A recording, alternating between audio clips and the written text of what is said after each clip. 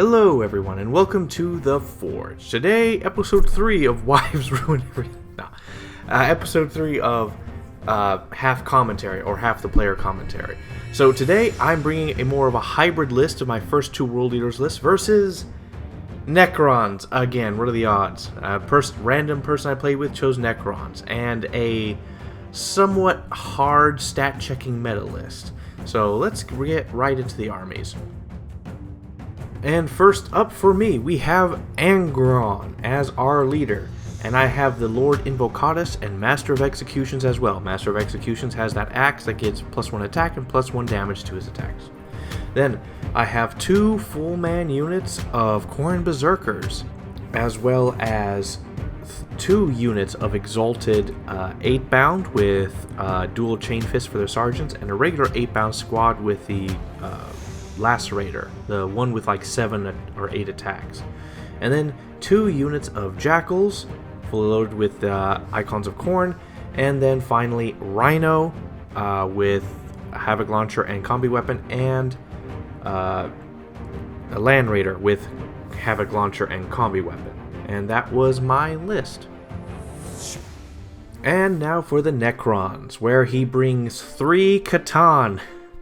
We have the Void Dragon, we have the Nightbringer, and we have the Deceiver, who I'm surprised that they have such small bases, really, goodness.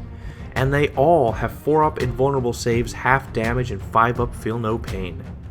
Wow. And apparently, the Deceiver has stealth permanently applied to him, so good luck shooting that swine.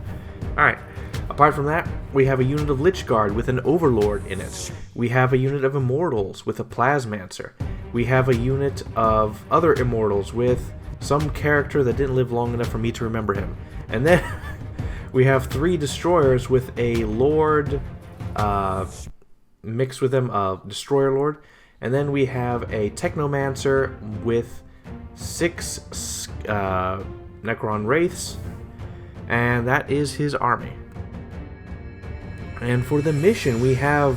This is our second choice, because it was Relic the first time, so we were like, nah, screw that. So, Crucible of Battle, Chilling Rain, and Vital Ground, which is control your home, control the mid-section, and control the enemy. Your home is worth 2, middle objectives are worth 5, and your opponent's home objective is worth 6, and the center objective is removed from the game, and that is the mission. And for Secondaries, we both chose Tactical. Let good luck or bad luck be our fate this time. And for deployment, my opponent won the roll-off, so I ended up placing first. So I wanted the Lord Invocatus to get the best spot so he could spread out his 6-inch bubble of scout to nearby infantry. That was my first thing. After that, I placed out some of my Jackals, and my opponent never once put out anything. No, he didn't put out any of the Catan until the very end, where I couldn't bait out anything else. And so Angron took the top to counter them. My Land Raider with my two Exalted 8-bound were in the Land Raider, and the 1 Jackals were in the yellow Rhino. And so I spread them out. So I actually had a strategy going into this. So I don't know what my opponent was planning. He spread things out evenly, but he heavily concentrated his Catan. I think he was trying to make sure to guarantee, not only to counter like Angron or the heavy stuff, but that if one of them got caught in combat, the others could do support.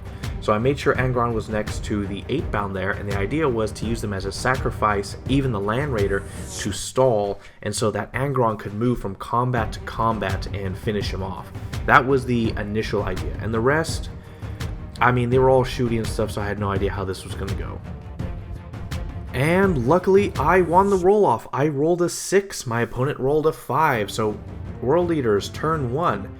And so, for pre-battle, I had my Lord Invocatus move out. So I went through the rules a bit more, and I found that movement is model-to-model based. So just because my mounted guy is with a unit of infantry, he can't go through walls, but the others can. So I positioned him so that he's moving around a bit, and the others are just moving straight through walls. Occasionally you'll see the camera perspective change so I can actually know the exact position of these finicky walls, because they look the same from up top. It's very hard to tell them apart. But apart from that, I just had my green squad and blue squad move forward, knowing I had the first turn to give them as best a chance to charge. And so I had the movement phase. So, basically, I couldn't do anything. I only got +2 inches to my movement and feel no pain for my blood tithe rolls, as well as behind enemy lines, and bring it down for my, for my secondaries. That wasn't going to happen. And so, essentially, overall what I did was the basic 8-bound pink got onto the objective, and they acted as bait to lure out, at least, the Void Dragon. And so while he's busy killing them, Angron will come in for the kill, because he has plenty of reach. So if my opponent, he won't be able to kill him by shooting, even though the Void Dragon has some pretty strong shooting. He'll have to kill him in melee. When he does, I'll countercharge. And so I know his destroyers are on the other side of the map, and I know that they can just do a hop and a skip, and they'll have line of sight to my Land Raider. So my Land Raider essentially stayed put and did nothing. So I was waiting for a turn where I could really get out and do stuff with him.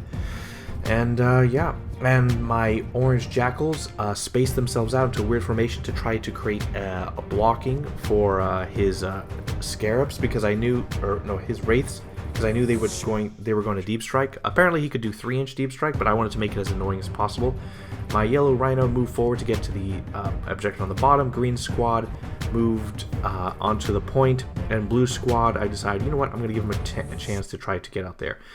If at any point in this video you wonder why I did not use my blood surge thing with the berserkers to run towards the enemy every time I shot, it's because I once again completely forgot about it. And then points, because there's nothing else I could do. Couldn't shoot, couldn't charge. And so behind enemy lines, I discarded that for an extra CP, and I kept Bring It Down. And I'm at 0 points currently.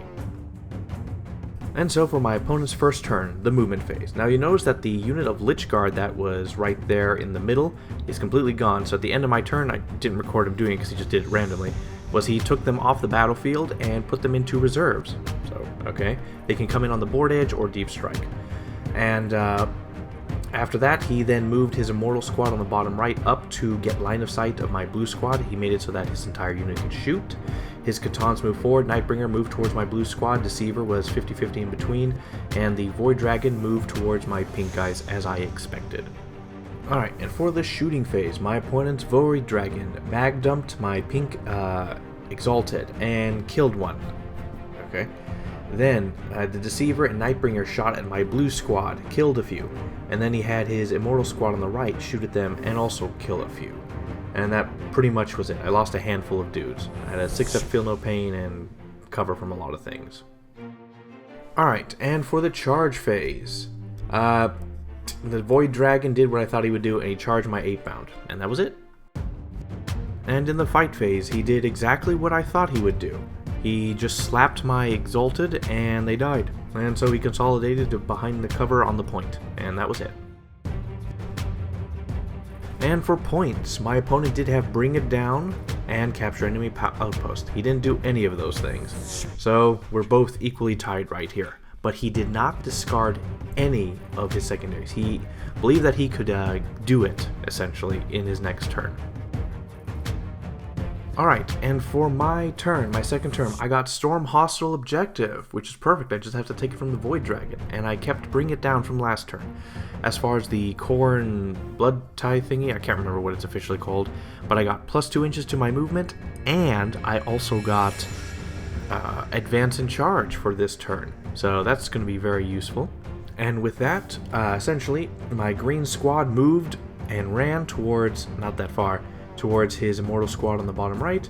My yellow squad of jackals jumped out onto the objective, and the rhino moved back to create a space where he could not deep strike easily. I mean, he had that 3-inch thing, but I still wanted to force him to spend a CP at least. Then I had my, because there's a target-rich environment, so my idea is I really have to focus on killing one enemy at a time. But unfortunately, I also have to stall some of the others, so sacrifices had to be made. My Land Raider moved up onto the objective, getting me points, and then he dropped his 2 units of Exalted 8-bound right in front. And Angron moved up, and basically the 2 Exalted 8-bound units and Angron are going to completely charge the, the Void Dragon. And then after that, my blue squad of Khorne Berserkers with the Lord Invocatus moved towards the Nightbringer to do damage and stall him. And so originally in my mind, the Land Raider would shoot at the Nightbringer, do a bunch of damage to him, and then the blue guys would finish him off. And I was hoping that'd be enough to get him at least close to death, or kill him. And I was hoping that the Angron and these role leaders could do the same. Well, we'll see in a moment. And with this shooting phase, the Land Raider fired 4 last cannon shots twin-linked into the Nightbringer, and 3 heavy bolter shots, Havoc launcher, did 2 wounds. That was it. And that was the shooting phase. And then the charge phase. Angron made it into the Void Dragon. The 2 units of Exalted made it in as well. The Lord Invocatus and his squad made into the Nightbringer, and the green squad made the 6-inch charge into the Immortals that were there. And that was a successful charge phase. Alright, so because my opponent had 2 CP, I knew he could interrupt me at any time, so I went with Angron first, and he swung 9 attacks onto the Void Dragon, and when it rolled, only 3 of them made it through, and because he kept rolling, he rolled 5 4-ups, and in the end, whatchamacallit, I rolled 2 1s and like a 5, and he halves damage, so I barely did anything to him. That was sad. And then after that, he interrupted for 2 CP and had the Void Dragon swing on my purple Exalted 8-bound, and essentially killed a few, heavily weakened their combat output. And then after that, my purple and orange guy swung on the Void Dragon, and combined with Angron and them, brought him down to 1 wound left. If he didn't interrupt, he would have died. Then my Lord Invocatus and troops swinging on the Nightbringer did a handful of wounds to him, did like 5 or so wounds or so, I think. And then my green squad on the bottom with the Master of Executions, which I forgot to swing with first, but like always strike first. He gains the ability along with my guys charging also gain it, so I don't know if I'm forced to swing with him first, or I have a choice. I think I'd have a choice, because that'd be stupid otherwise. And so basically they just deleted the whole squad. The 10 Immortals were killed by the Khorne Berserkers, and the last guy was the Plasmancer, was just deleted by the Master of Executions with 7 attacks at AP-2, damage 3. He was dead. And for points, I got Storm Hostile Objectives, and I controlled the bottom right objective, so 10 victory points for me. And I kept Bring It Down, because I'm about to get it. All I have to do is breathe on the Void Dragon and he's dead. And to my opponent's second turn in the movement phase, well, he still has the same objectives from last time, which is Bring It Down and capture enemy outpost. I also forgot to mention at the end of the last turn, since my green squad wiped out his Immortal squad, I spent a CP on the table to reroll the Khorne Blood Tie thing, and I gave everyone sustained hits 1 in addition, so I have 3 powers going. So what he did for his movement phase is he brought in his Lich Guard Deep Striked, his Scarabs Deep Striked in from 3 inches for 1 CP, and his Destroyers came in up the top. The second thing that happened was he had his, well, this is the first thing that happened, his Immortals on his home objective moved out to be able to shoot at my green squad.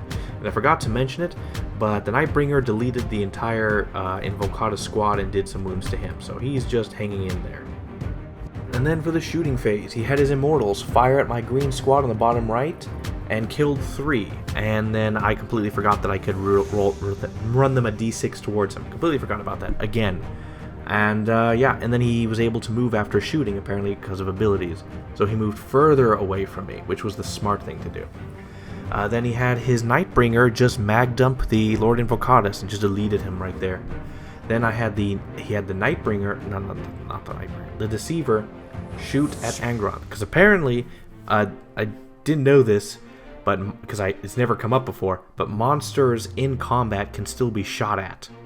So Angron was just getting mag dumped, and so the Deceiver shot at him, did 1 wound, and then the 3 Necron Destroyers on the right with a Lord targeted him and just obliterated him. Took him down to 3 wounds. Their guns do 6 damage each. Oh my goodness.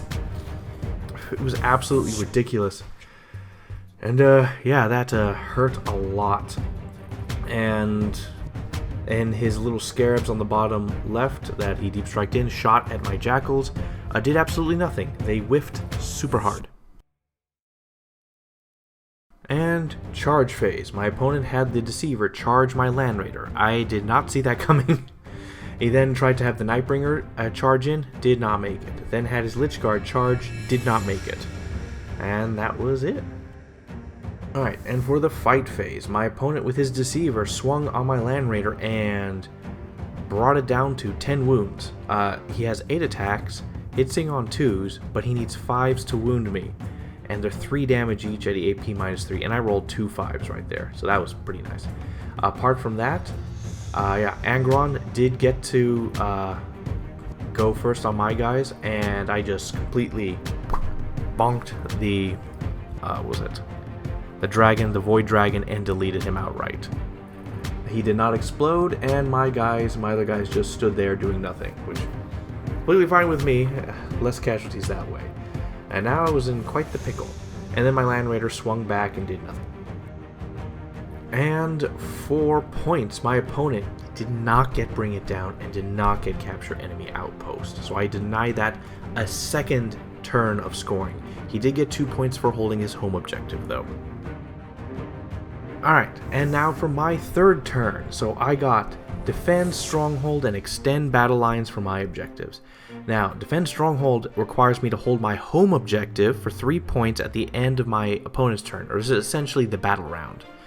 And so the problem is that at the end of my opponent's turn, he's going to take my home objective and slaughter all my jackals. So there's literally no way I can defeat or hold off against him. Especially the Wraiths are 2 OC and my jackals are 1 OC. I didn't know that.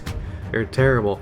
So I had to adjust accordingly. And the plan was to try to stall and protect the rest of the board as long as possible. So what I did was, first off, with the jackals, I had them just flat out run. They ran away. They abandoned the objective. Now I have sticky objectives, so the objective is still mine. But I claim my 2 victory points. But he has 10 inches of movement, and my idea was to move far away enough that he'll maybe fail a charge, and so the next turn I can swarm the objective and take it. However, this is while I still thought I had 2 OC and could feasibly do that. Did not happen that way. And then my Rhino, Yellow Rhino, moved into position to be sort of a halfway blocking of the other objective.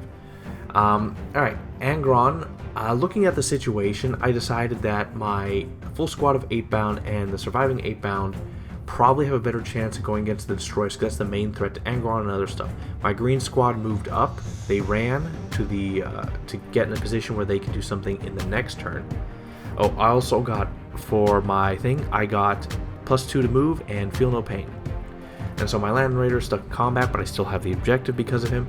And Angron is right there, just moved towards the Lich Guard, because I figure that he's probably about to die if my opponent breathes on him, so I need to have him do the most damage as much as possible. And so I think the Lich Guard is his best chance. Alright, and for the shooting phase, Land Raider shot at the Deceiver point blank at -1 to hit. He did nothing. Yeah. Alright, so with the charge phase, first up, Angron to get out of the way. Charge the Lich Guard. Made it in. Then I had my orange squad charge. He did a multi-charge. The main reason is because I wanted to tie the Immortals into combat so they couldn't shoot next turn. So they rolled exactly what they needed and got in between the Destroyers and the Immortals. And then the pink Exalted one, or purple Exalted one, made it into the Destroyers. And that was it for my charges. I made everything I wanted. Alright, so fight phase. So Angron's about to die, so he can interrupt, so I'm going with him first. Now, the thing is, my opponent, he gets half damage for having that Lord in the Lich Guard, and that's too much. It's like, Angron is just not going to do anything, because my opponent also has a bunch of 4-up invuln saves. Ridiculously, he has a lot of invuln saves. So what I do is, effectively, I just decide, you know what?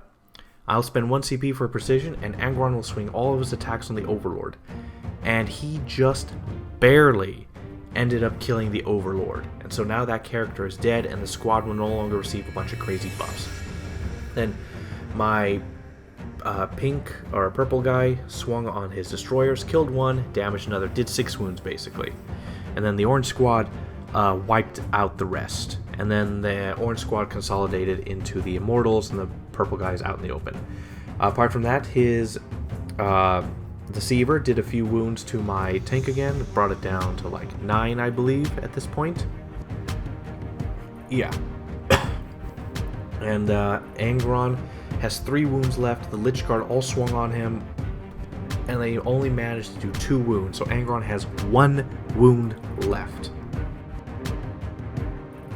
Alright, and in my third turn, time for points. I got 12 points for primary, 2 for home objective, 10 for holding the 2 middle objectives, and I got 5 for extend battle lines, which was hold home and hold 1 in the middle. I discarded defend stronghold because in my opponent's next upcoming turn, he's going to take my home objective and I'm going to lose it.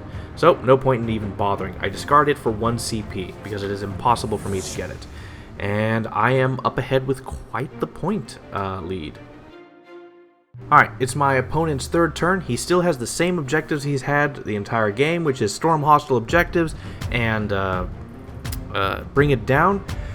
And, oh, by the way, when I killed the Void Dragon, I had bring it down. He was only worth 3 points, so that was unfair. And so what he does is he successfully falls back from the 8 bound. He passes a leadership check and gets away from them. And so my guys are out in the open. He moves the Nightbringer towards them. He then has his Scarabs moving on to my home objective, which I predicted, and he took it from me. So he will get Storm Hostile objective. And that was the movement phase. And for the shooting phase, my opponent, he had the Nightbringer shoot at the Land Raider and did nothing. But I do know by this point my Land Raider has 9 wounds left. After that, my whatchamacallit, he fired his through a tiny, so it may not be visible, but there's actually a tiny slit, and he was able to shoot 4 Scarabs at my orange Jackals, and he killed 2 of them. And then the Nightbringer shot at my orange 8 bound and killed 1 of them. And that was the shooting phase. So, fight phase. Now, I accidentally forgot to record, I don't know, I just screwed up and forgot to record it, but essentially what happened is my opponent really tried hard. The Nightbringer charged my orange 8 bound and failed the charge. And he spent a CP to reroll it, and he failed it again. And then he had his Scarabs try to charge my, my orange Jackals, and they failed that charge. So my opponent got no charges off.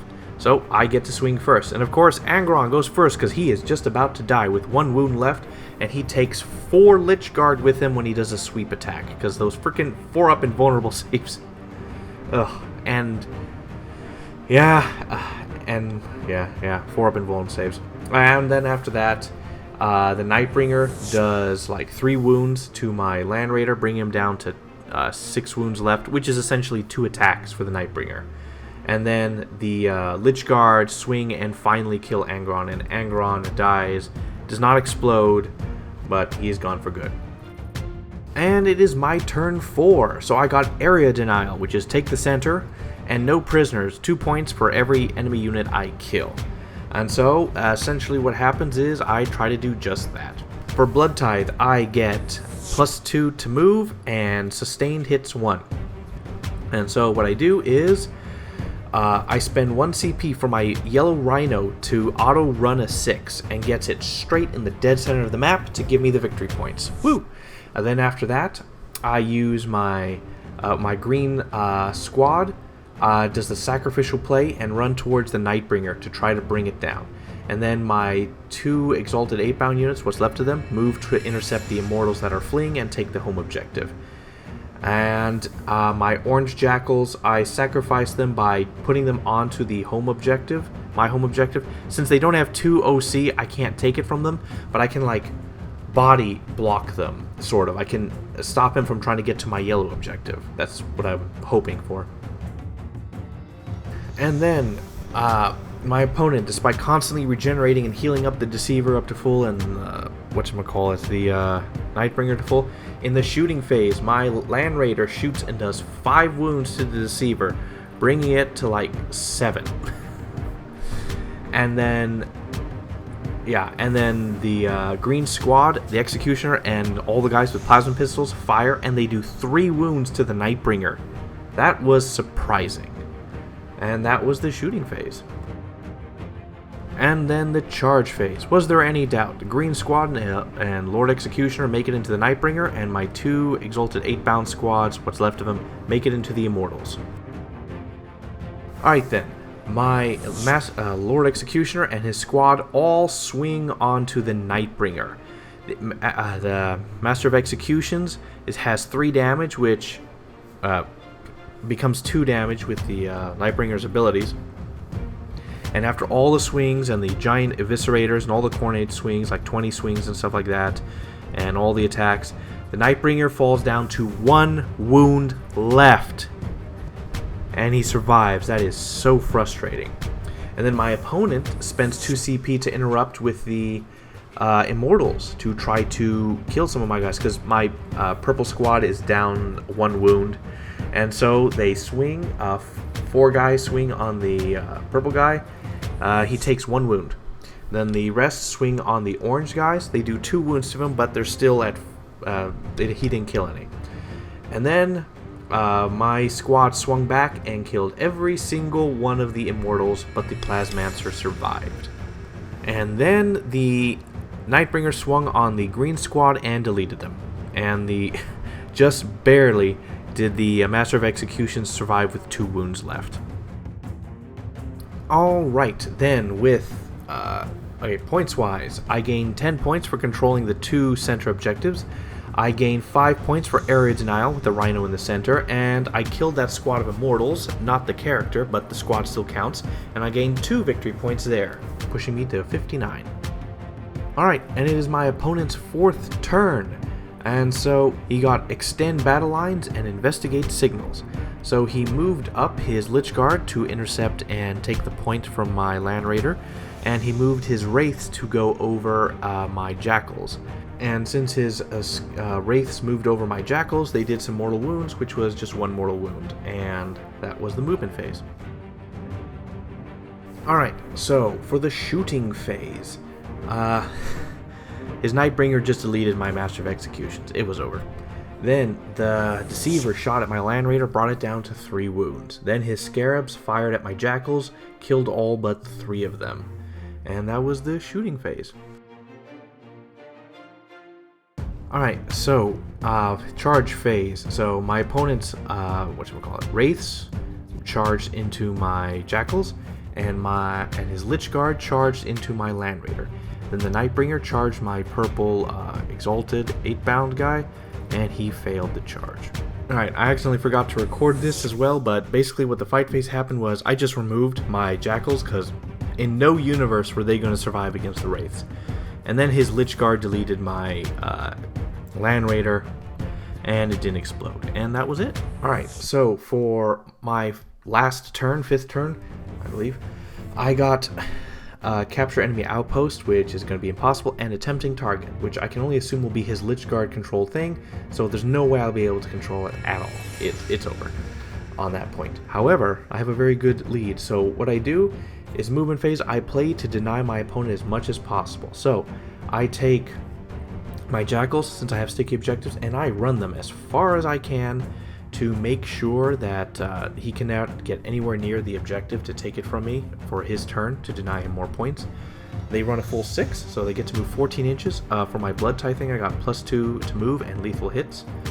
And then my Rhino moves up towards the Nightbringer with 14-inch move because of the +2-inch move. And then my 8-bound move in to intercept the Nightbringer. And that's my entirety of the movement phase. Shooting phase. I waste all our time by having my Rhino try to shoot at the Nightbringer to do something. It does nothing. And then for the charge phase, my Rhino charges the Nightbringer, and I'm going to have him do a tank shock, but like I was going to do that at the end of the phase. I realized why I shouldn't do that right now, so I moved in my other 2 8-bound in. They made their charges, but they never needed to charge at all or leave the home objective. Because when my guy charged, and he was supposed to do the impact hits then, so with tank shock he did 2 mortal wounds, and my opponent failed both of them, and the Nightbringer just fell over dead and didn't explode. So there's no need to charge and leave the objective, so that's a mistake on my part. I thought it wouldn't matter, but apparently it did. And with that, my opponent conceded because there literally was nothing he could do to stop me, and I had too strong of a lead for him to make up that many points. So for the final points, it is 70 to 32 points. Victory. A hard-fought victory, because my goodness, I was getting my teeth kicked in, and there was nothing I could do to stop the, whatchamacallit, the 3 Catan, or the, whatever those things, those, Wraiths. Those are that tar pit. Toughness 6, 4 wounds each, 4 up invuln, 5 up feel no pain. Those things are a freaking tar pit, and their regeneration, it's like you have to avoid them entirely. It's like, ugh. And that is game. That was actually a good game, a good back and forth. I straight up thought I was going to lose. I thought my luck was over. Now, throughout this game, there were some moments of pretty decent luck. When Angron was able to kill that Overlord, he had a 4-up invuln save, and he failed just enough to die. Just barely. That was too close for me. And then after that happened, whatchamacallit, just a bunch of small things. He also had really bad charges. His Nightbringer failed to get in charge. His Wraiths failed to get in charge. His Nightbringer failed 2 charges on 2 turns. That was a big deal. Although I was prepared to roll with the blows on that. Shoot. And so this was a very close back and forth game. It could have gone in his favor at any point based off the dice rolls. And he was doing pretty good. Those freaking Catan are so irritating to deal with. Oh my goodness. Talk about the ultimate tar pit. I had to throw to kill the Void Dragon. How many dice in? 400, 5, 6, almost 700 points of my army. Like almost a third to kill that one unit, and it still wasn't enough in 1 turn. It took 2 turns, and I was surrounding him on all sides, stopping him from fleeing. That was just ridiculous. That was a stat check army. Goodness. Master of Executions, if he had a full squad, he would have been able to kill him. The Nightbringer. It was so close. But man. I was just happy his shooting was so weak, because I kind of did play myself at the beginning with having my blue squad out in the open. But he couldn't really do that much to it. But then again, I did forget about the Blood Surge. So I think that might have actually been a negative to me if I did it, because it would have put me towards the Nightbringer a turn early, and they would have died much sooner. So, it's hard to say. It is hard to say. But anyway, the game was good. It was a good back and forth. I was aware of every possible threat. I knew that I had to focus down specific parts of his army as soon as possible to actually destroy them. I had to throw an appropriate amount of force to kill them. Apart from that, the 8-bound, Exalted 8-bound, did excellent with their strength 15 on the charge. Easily was able to hurt the Catan, but that half damage really did something. The Exalted Master of Executions, absolutely great against them. He does 2 damage against them, but reroll to hit and wound, and the devastating wounds and all that stuff. Overall, as far as world leaders, so this is my 3rd game with world leaders. Overall, as an army, they're just simple unga boonga, run forward and bonk. That's it. They're easy, simple. I mean, you still have to think a lot because of how deep the game can be, but I like them. They're fun. They're simple.